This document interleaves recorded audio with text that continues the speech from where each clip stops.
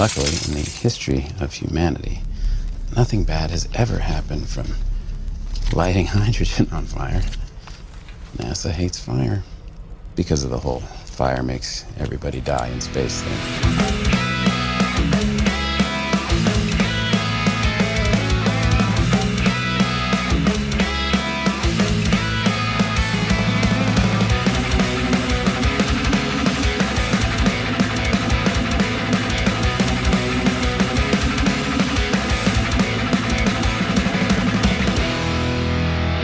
Welcome back to Growing Up Punk, the podcast about punk rock and all of its friends. My name is David. Normally I'm joined by my friend Aaron, but this is another interview episode.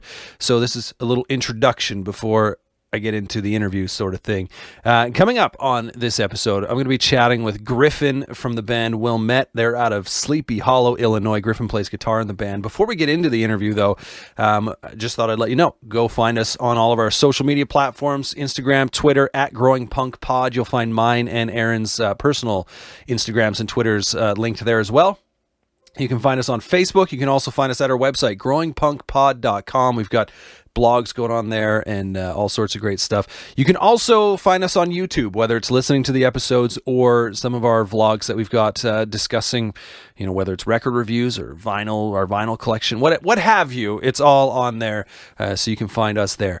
This episode, like I said, chatting with Griffin from the band Wilmette. Now they are on the verge of releasing their third EP.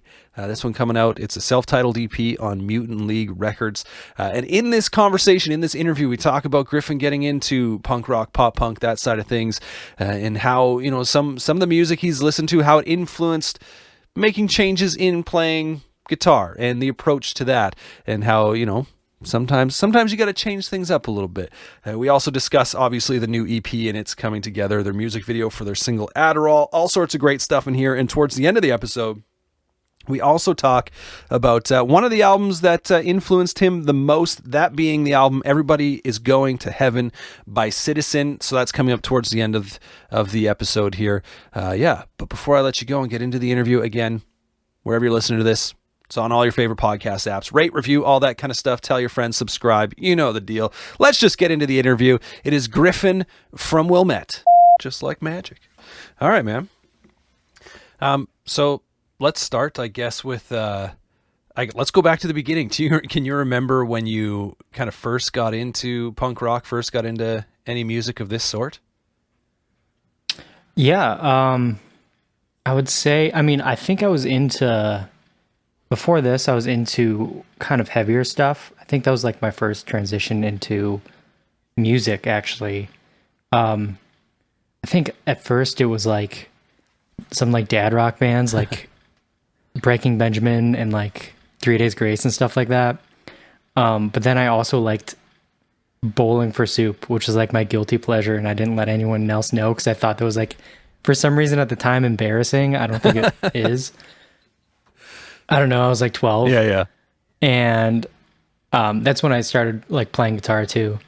And then soon after that was like the huge like wave of pop punk bands coming in. Like, I don't know, it had to have been like between 2010 and 2012.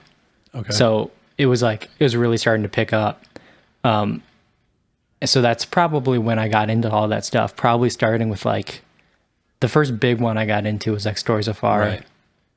And still one of my favorites. I don't listen to a lot of pop punk, to be honest, anymore. But they still stick out to me. Totally. So because they have a little something different in them, but yeah, go on. What you're saying? Well, I was gonna say like you still follow the Story So Far and kind of a little bit of their sound progression. Yeah. I mean, if they didn't change, I probably wouldn't have liked them as much as I do. Right. I mean, even their early stuff is not my favorite. I think their second full length, What You Don't See, yeah. And then from then on, I just love all of their stuff. Yeah. I don't know. It's just interesting. They tried a lot of weird things that I just like interesting stuff that's kind of trying to break the mold, even if it doesn't always work. Yeah. As they're still trying, so. Yeah, well, it's interesting for me because like with the story so far, I wasn't the biggest fan of them, but then they released Proper Dose, and from that year, it was one of my favorites, and it's still kind of one of the records that has stuck around with me over those couple of years. It's so good, and I know a lot of people just see a lot of people hate it. It's weird. Like I get it if you're looking for their original sound. It's not that at all. Yeah. And I will say it's not my favorite of theirs. I think their self-titled might be my favorite, but it's up there with them. I think it could have been better. It could have been more of what they were going for.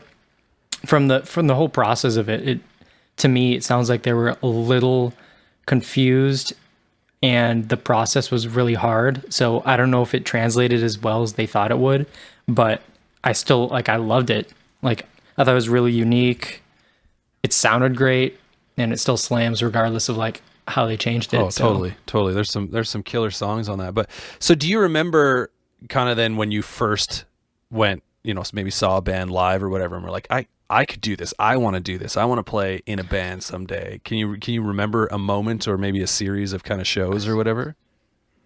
Oh, it had to have been Warped Tour 2013, maybe it was. I was in middle school at the time, right. But I went with a few friends. We drove down to St. Louis to visit an old friend of ours, and we all, had tickets for the St. Louis Warped Tour. And it was our first Warped Tour, and it was just the whole environment and how everyone was so excited. There were hundreds of people just it was my first experience looking around and seeing everyone so excited just to be there kind of thing. And oh, what bands are you going to see? And then as soon as a band came on, doesn't matter how big they were, it was everyone was completely stoked. It wasn't some sort of, pub that you go to and maybe there's 3 people in the crowd. Right. But if that pub band was at Warped Tour, it doesn't matter, who they were, people would be excited. So that was kind of the first time I was this would be really, really fun to do. And did you play guitar at the time already, or was that kind of what kickstarted it? Yeah. I did.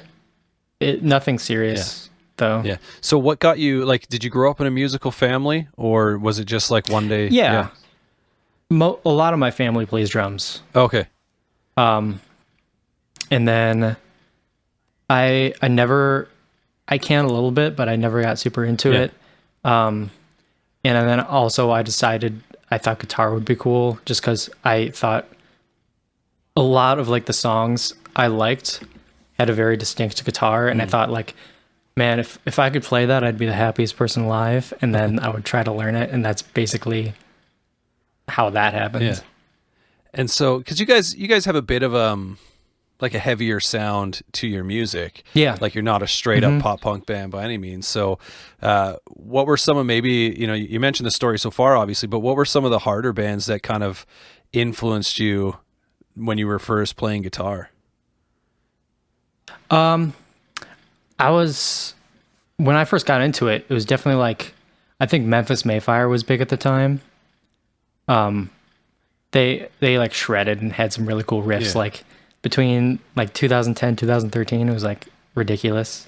Trying to remember. Of course, I liked A Day to Remember back then. Everyone liked A Day to Remember back then. So yeah, those were especially I feel A Day to Remember is really, relevant to us, even though we don't really base out any of our stuff to that at all. Yeah. It's just you can see there's some influences. But to be honest, because I came in late to the band, I knew everybody beforehand, and we sort of jammed a lot, and we had another band, but we never really published ourselves. And then I got busy, left, everything kind of fell through, and then our bassist and writer Peyton joined, and then after that Wilmette formed, and then they didn't hit me up until about like a year later. So it was after the first EP. Okay. And then I tagged along when we were recording Anxious Body. So I helped a little bit with that, but not much. A lot of our older songs were based off of a few ideas that we had written in our previous band, but I didn't really have, too much. I wasn't too involved with the writing for the first two EPs, but this newest one was primarily Peyton and I. Right, so. right. It's funny because one of my questions that I had kind of coming up was sort of, I guess, the evolution or progression of your sound as a band, and how, like obviously the production has gotten better with each EP. And I mean this EP at this point in time, I think we got 2 songs out, so we kind of get a little bit of a taste of what it's going to sound like, but you can sort of hear that growth in the sound. And I was going to say, well, so what led to that? And I guess the answer is just you joining the band. Yeah, because our other guitarist left, right? Just because it's hard being in a band, and if you don't want to be like touring and stuff, and then you're in a serious band, he took a step back, which we respected. And so Peyton and I just wrote this EP. He writes basically all the vocals. He's the bassist, and also he screams. Yeah. So him and I just hashed out, over the course of a few months, this newest EP, still trying to maintain the same sound, but also, kind of progress it. And so, yeah, a lot of these guitar parts are a lot harder than the old stuff, and I'm kind of kicking myself for it, but that's fair. How much, because maybe I read into this wrong, but I was looking, kind of scrolling back through your Instagram, and I believe it was like middle of March or so, obviously right after or right around the time the world was shutting down. There was a post saying that you guys were heading into the studio, and I can't remember if it was that you're going to write this new EP. Like, so how many of these songs were written kind of before everything started shutting down, and how much was written in the studio itself? So none of it was written in the studio. Obviously Seth Henderson at ABG, he does a lot of production on it. So there are some parts that he, had his creative, he spoke his creative mind on it, and it changed a bit, but I would say 90% of everything was already written beforehand, and anything that was changed, we didn't know was going to be changed. Maybe like a little bit, we kind of, wrote freely, and we're like, maybe this will change, but let's just put this as, put this in for now, and then it might change later. Right. But the rest of it's just like, oh yeah, that would be better if we did it this way. And then that was Seth, the producer, doing his work. But right. But yeah, it was all written beforehand. Okay, so right, I was gonna say, otherwise, maybe all the songs would have just ended up being about being stuck inside and having to wear masks and stuff. Oh yeah. Very different. Well, we were planning on going into the studio way earlier, but he was ABG was busy with a lot of other albums at the time, which we now found out which albums they were. Right. So yeah.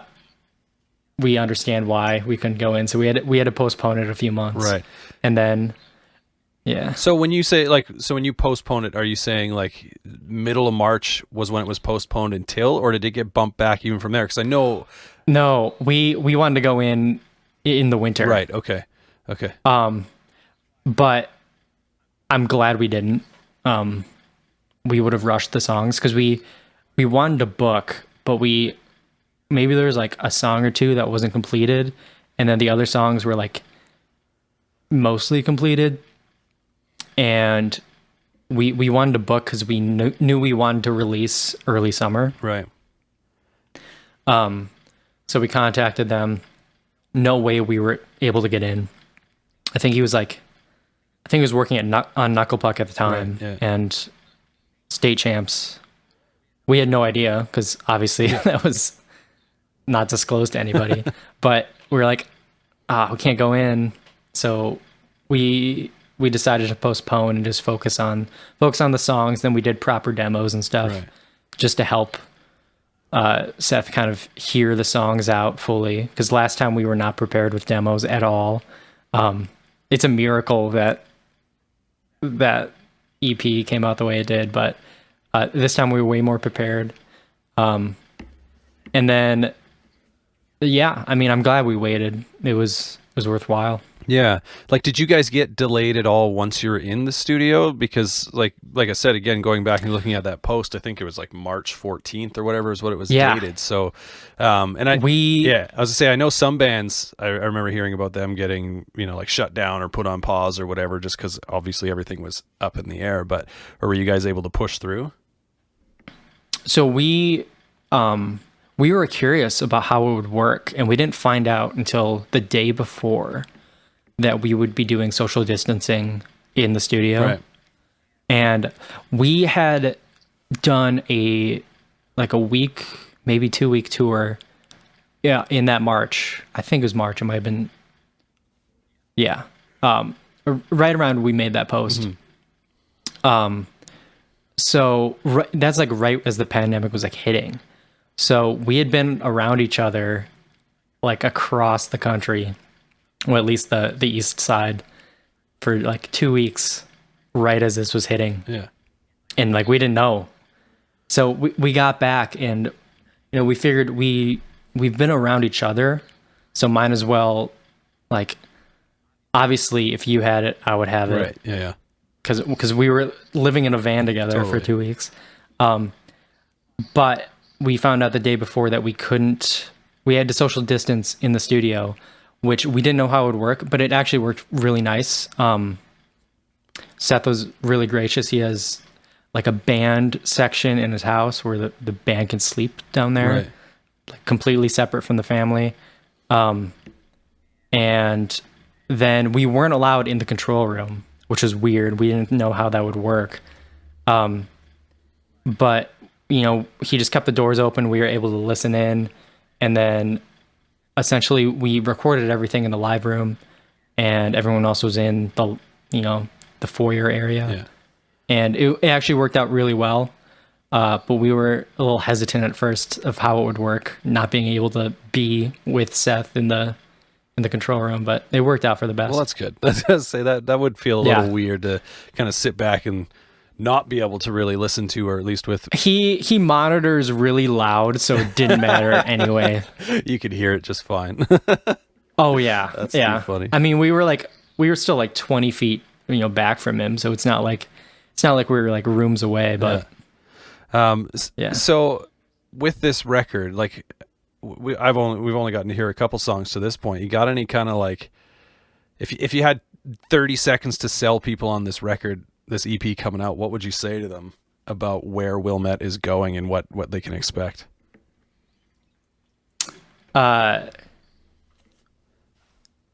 Heavy, catchy flow. If I did sum it down to 3 words. Yes. Explain flow. So Peyton loves emo rap. Oh, okay. Yeah. So we've added some influences into a lot of like the vocal melodies. And there's a lot of you might have noticed in the first 2. Yeah. There's a vocal effect in there, the format shifting, the really low pitched stuff. Yeah. We've added that to kind of embrace that too. There's a lot of like chorus on the guitars, and a lot of phaser. And I would say that is like a huge focus on this EP.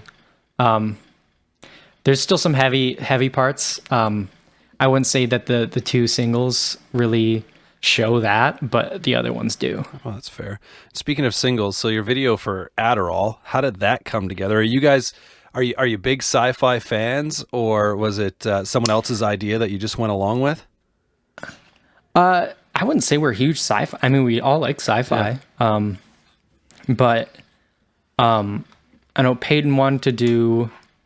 He liked the whole like Dune aesthetic. He knew he wanted a crash landing, and we were just walking around the dunes, and it was supposed to focus around Aaron, because once again there was that kind of emo rap influence. So a lot of those videos primarily focus on, of course, the lead person, Right. which there usually only is one. In this case, there's a band, Yeah. but the whole focus was Aaron walking around the dunes or this alien planet. And then we knew we wanted the ship, so we made the ship, like the cockpit, and then the whole, like, essentially the storyline was kind of made day of, because we needed to figure out like how it's all going to tie together and stuff. But I wouldn't say that any of us are necessarily like major old school sci-fi fans. I mean, we are, but I wouldn't say that was like the biggest influence of it. We just wanted to make something cool and unique. That's pretty great. So, Yeah. maybe a peek behind the curtain. Who are the aliens in the shots? Are they guys in the band, or are they people you hired? I was an alien. Nice. I was an alien. Brompton, the other guitarist, was an alien, and then Aiden, the drummer. And okay, so which one of you was the one that stuck your tongue out through the mask? That was Brompton. Okay, because that was improv, and it was great. It's great, but also We were getting camera tests. that's funny. I say it's great, but also at the same and time, we ended up putting it in. just gross. Yeah, we didn't know how gross it was until we watched it back, but we were just getting like test shots, Yeah. and then he stuck his tongue out. You're like, that's in. It's Yeah. got to go in. That was great. That's too good. That's too good. So I thought we could have a little bit of fun, because we are going to talk a little bit about an album. I got you to pick an album to talk about, which is from Citizen. Yeah, But yeah. I thought before that, and maybe you can answer these, maybe you can pick or not, but I thought we'd do a little bit of pick'ems where I list a couple things and you just on the spot pick your favorite out of them. They're all music related. So Okay. let's see what happens. Well, it just, I guess, depends on how far you reach back. But if you had to pick one, Dude Ranch, Enema of the State, or Untitled Blink? Untitled. All right, and why? I liked the range of it. Yeah, that's fair. That's fair. It had some like classic Blink, and then it had some new It stuff. really did. How about Dookie, Nimrod, or American Idiot? This might be controversial, but I kind of liked American Idiot a lot. Yeah, and Also a lot of range. yeah, and I think what's kind of fair about that, though, because I've had this conversation on the show before, is that Green Day, I mean, Blink to an extent too, but obviously Green Day being around on the radio and mainstream longer than Blink, they've had like different distinct eras in the band, and like to have such a huge album like American Idiot when they did is pretty incredible. But how Oh yeah, the production on that was just insane as well. So 100%. I like. yeah how about Clarity, Bleed American, or Futures? Ooh. You know what? I'm gonna go Bleed American. All right, that's fair. Self-titled, Sticks and Stones, or Catalyst, Newfound Glory? Ooh, I don't listen to much Newfound Glory. No. What's their most popular one? If it were me picking, I'd go with Self-titled, but that was just my introduction to Newfound Glory. I was thinking that as well. There you go. If only for the artwork, even. How about this? Greatest Generation, No Closer to Heaven, or Sister Cities? Sister Cities. Ooh, I like it. That's Yeah. and you didn't lead with this could be controversial or anything, because Yeah. So why Sister Cities out of those three records? I don't know. I just also feel like, the most range. The range, yeah, 100%. It's so I've only seen the Wonder Years once, and it was on the tour for Sister Cities, and it was just like, I mean, so I live up in Canada, so they don't come up here a ton, and just the experience of just the richness of everything that was coming off that album was so good. So I like it when a band can, like, I don't know, kind of break their own mold sometimes and like keep doing like new stuff, but because like if a band just keeps doing their old stuff, then it's like it it's never going to be as good unless they change it up a bit. But For sure. Yeah, there's a certain richness to that record too, I think. Yeah. The only complaint I think I really have about it is the sound of the drums has always kind of stood out weird. yeah, for I know they like to do live drums. Like, I mean, everyone does like live drums, but they make it known. Yeah. It's very natural. Which is funny because like normally I'm drawn to like that big like dirty room drum sound, and I don't know, just on that record it sits a little weird for me, but it's something that you get over real quick. I just know the first time I heard it, I was a little taken aback, a little thrown off by it. But what about this? Real Friends, Knuckle Puck, or Fireworks? Knuckle Puck. All right, you looking for? I'm assuming you're looking forward to the new record coming out. Yeah, that bump to you guys. Yeah. As soon as I heard 2 New Out, I was super stoked. I fell off a bit for their last record. I didn't hate it or anything. But I don't know. Maybe I was just like growing out of pop punk at that time. Right. But Copacetic was like one of my favorite pop punk albums. For sure. It was so good. Okay, last one real quick for these pick'ems. 4 Year Strong, A Day to Remember, or Chunk, No Captain Chunk. You obviously 4 Year Strong. Okay, I was say you mentioned A Day to Remember earlier. I love 4 Year Strong. Yeah. They're good. I was like, I don't know what to say. Yeah, I mean, the funny thing is it's like they span from pop punk like early on, and then they're just like rock now. Like heavy rock, and it's like it's really cool. It's just like a bunch of dads, like making it, which is great. But it's just something you can just blast and just like headbang to. It's great. Yeah, well, and Brain Pain, like their record that came out this year, it's so good. Yeah, is really good. Okay, so if you had to pick one track off of Brain Pain, what would you go with? It's the I forget the name. I have to remember the lyrics to remember the name. It's second to last song. It's either first song on there, which it's cool, or second to last song. Let's see if I don't remember the name off the top of my head. It's been a bit, but Usefully Useless. Okay, yeah. That's funny. I just searched up Brain Pain Wikipedia, and the first thing that comes up is a headache. Of course, that makes sense. No, It's Cool is for like just a absolute balls to the wall opener. Like that ending, so good. Yeah. I like just thinking about it right now. But my favorite, I think, off that record's got to be 17. I just love. I've heard that a lot. Yeah. Yeah. I've heard a lot of people like that. Like the guitar riff in the chorus on that song, like it's in my head right now. Now that we're talking about it, I'm like, oh, I'm singing it all, all parts of that. But such a good record. So I asked you for a record that kind of played a big influence or just one of your favorites or what have you that you wanted to maybe talk about. And the record that you picked was Everybody Is Going to Heaven by Citizen. Yes. So this was actually my first time listening to this album. I listened. Oh boy. So, which was great because we were kind of in, contact back and forth, and it was like incredibly last minute. It was like, oh, and this is the album. I'm like, okay, cool. Sorry about that. No, that's okay. And so I actually listened to it a couple times today, just as I was kind of doing stuff around the house or whatever. And I had listened to weird. Yeah, I listened to Youth in the past, and and I'll be honest, I wasn't a big Citizen fan, which would be why, like I said, I think probably what I did is I went to Apple Music initially when I first would have listened to them, and obviously like Youth has, when you look on top songs on Apple Music, most of them are off of Youth. So I was like, okay, well, I'll just go click on Youth and I'll listen to that album, and it didn't capture me. But this record for sure did. Now, did this come before or after Youth? No, this is their second album, full length album. Yeah, and so. I mean, there's a lot that's going on here, but why don't you share kind of what it is about this record that you love?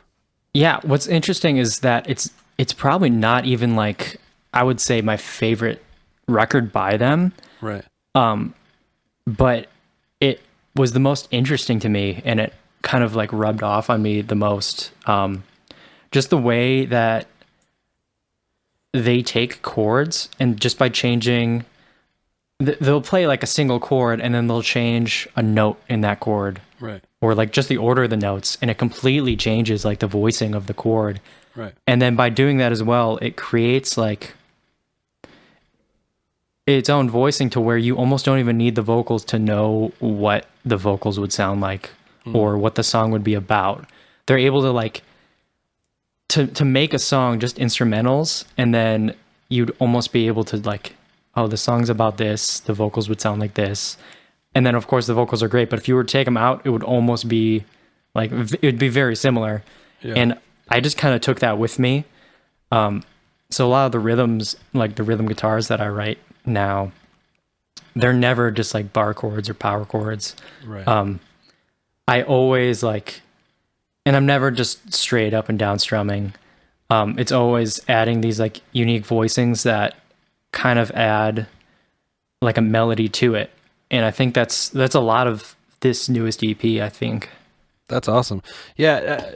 It's funny that you brought up kind of like the instrumental, you know, like the music in connection with the vocals, which obviously is what, you know, makes the songs. But do you know, are you familiar with Anthony Fantano?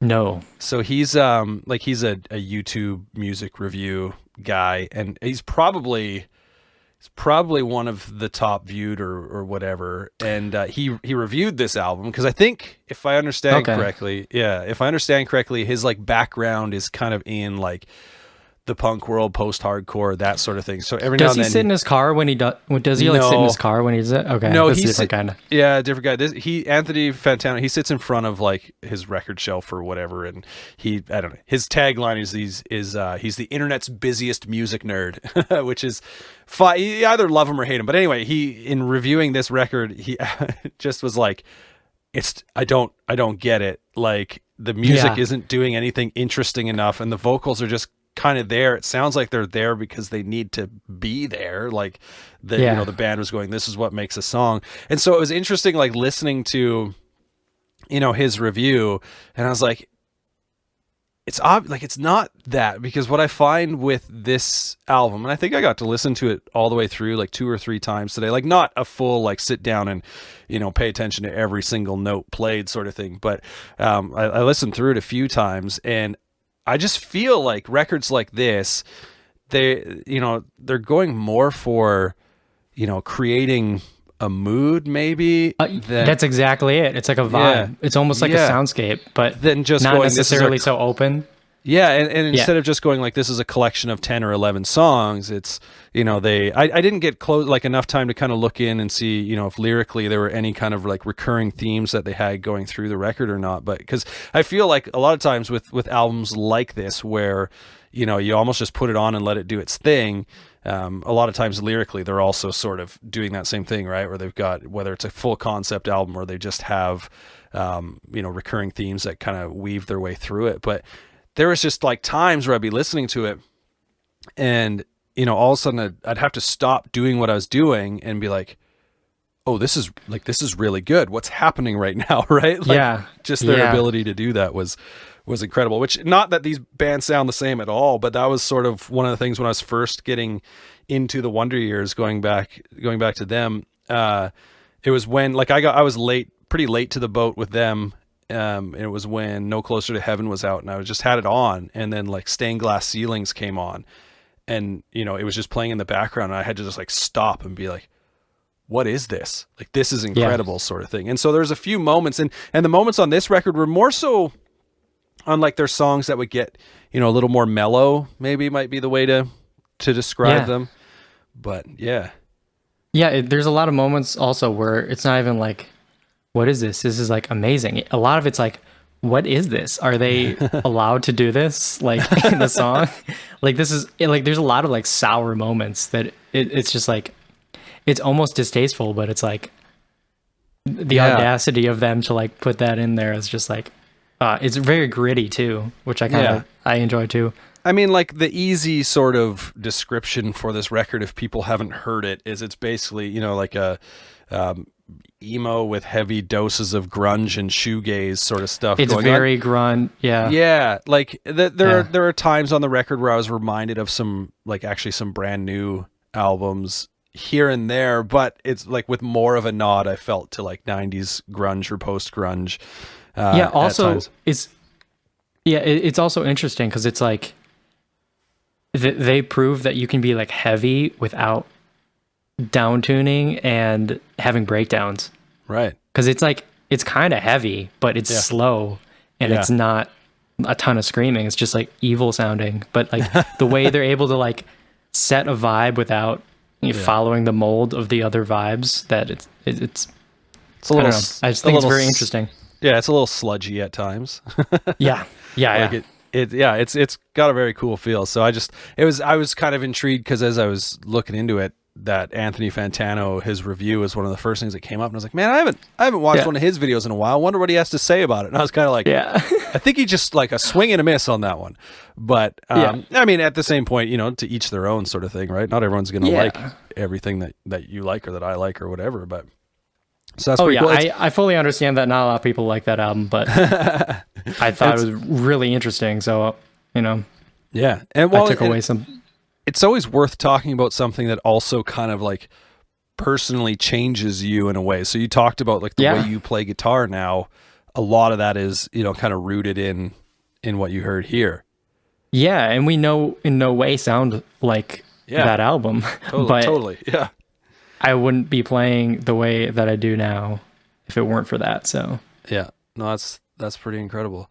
Well, man, this was a lot of fun. I always like checking out new music, or even sometimes bands that I'm somewhat familiar with but haven't really given a deeper dive to, because then it just becomes, I force myself, like there are some records or some bands that are growers more so than anything, and so it's nice to be able to sit down sometimes and go, no, I even if it's just for one day, if it's just last minute, actually sit down and listen to something. But so no, thanks for taking the time to do this, and super pumped about. Yeah, we never mentioned throughout this whole thing, I just realized that the new record coming out is your self-titled EP. Yes. So if people are looking for it. And it's out on Mutant League Records, is that right? Yes. Mm-hmm. Which is quite possibly one of the best record label names going right now. Yeah, they're great. Yeah, we love them, yeah. I did mean to share too, actually, how I first heard about you guys is I think I was on Apple Music one day, and I was actually listening to a former label mate of your guys's, because I think they've moved on now, but Belmont. Yes, Belmont. And it said, listeners also enjoy this, and so Wilmette, like you guys came up, and I was like, oh, what is this? And Anxious Body we heavily got compared to Belmont for a very, very long time. It's interesting too, because and maybe that's sort of as the evolution of the band kind of goes, because when I first put it on, I was like, okay, yeah, I can see why Apple Music would be recommending I listen, also being on the same label. And are you guys from somewhat the same area? Yeah, I mean, because Belmont's like the actual area is like 40 minutes from us. Okay, so. Yeah, same area generally. Yeah. I mean, we're all like 40 minutes apart. There's a lot of, like Knuckle Puck, Real Friends, Belmont, we're all like an hour apart. So right. But I was gonna say, like, their sound kind of, I don't even know how to explain their sound really. Like, I mean, obviously pop punk with some heavier elements as well, but they also kind of get a little genty, maybe. I don't know, like, But yeah, I appreciate kind of like the more melodic side that I think you guys tap into, with some similar sort of, like you said, the comparisons were there, some similar sort of vibes, but definitely doing your own thing. So looking forward to the new EP coming out, and eventually you got to do a full length at some point. So I don't think we're going to be doing any more EPs for a while. So that would be a next step if we're doing anything. I was kind of laughing because as I went through, because this is your third EP that's coming out, correct? Yeah. And each one progressively in length is getting longer. I mean, this one I think you have an extra song, so it's bound to be longer. Yeah. But the last two I think were 5 each. But I was like, oh, it's like I think it says like 13 minutes and then 15 minutes, and then this one's like 17 minutes or something like that. I'm like, well, there we go. We're getting up there. Yeah, we're gonna have an album in like 4 EPs. So yeah. There you go. This is whatever it takes, right? Yeah. There you go. Well, man, thanks again so much for doing this. This is good. Yeah, no problem. Thanks for having me. So, yeah, I blew myself up. Best guess, I forgot to account for the excess oxygen that I've been exhaling when I did my calculations, because I'm stupid.